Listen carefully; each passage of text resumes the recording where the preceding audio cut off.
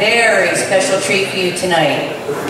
Kid Constitution, Mr. Luke Boyce, is going to recite the first 10 amendments, the entire Bill of Rights. How many of you can say you can do that? Yeah, I know, there's one out there. Now, this is the deal. He is competing.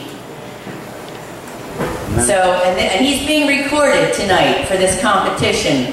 So, we can't clap until you see him put the microphone down. You will know he's going to say something and he'll put the microphone down. Then you can scream and cheer and do everything you can do. Stand up and holler and hoot, okay? But I am going to introduce him in just a second, and when he comes out, quiet, let him do his thing, and then we can let loose when he drops the microphone, okay?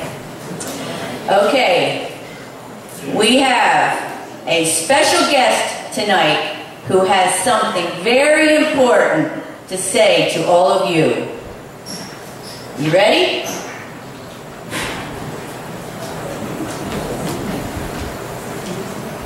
The first 10 amendments of our U.S. Constitution are known as our Bill of Rights. The First Amendment. Congress shall make no law respecting an establishment of religion or prohibiting the free exercise thereof or abridging the freedom of speech or to oppress or the right of the people peaceably to assemble and to petition the government for redress of grievances. The Second Amendment. The one that protects all of the others. A well-regulated militia being necessary to security of a free state. The right of the people to keep and bear arms shall not be infringed. The Third Amendment. No soldier shall in time of peace be quartered in any house without the consent of the owner, nor in time of war, but in a manner to be prescribed by law. The Fourth Amendment. The right of the people to be secure in their persons, as papers and effects against unreasonable searches and seizures shall not be violated, and no warrants shall issue but upon probable cause, supported by oath or affirmation, and particularly describing the place to be searched and the persons or things to be seized. The Fifth Amendment.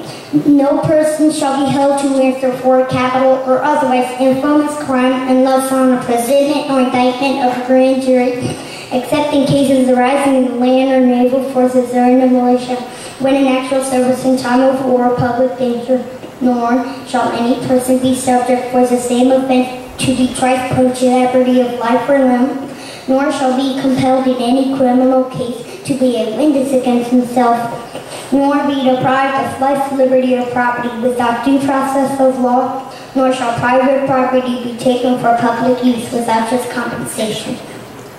The Sixth Amendment.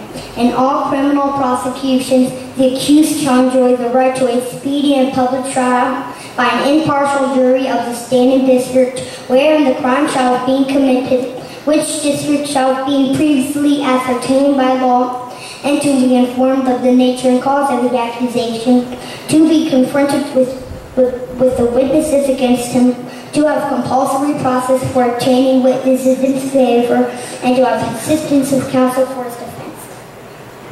The Seventh Amendment. In suits at common law where the value in controversy shall exceed $20, the right of trial by jury shall be preserved, and no fact tried by a jury shall be otherwise re-examined in any court of the United States than according to the rules of the common law.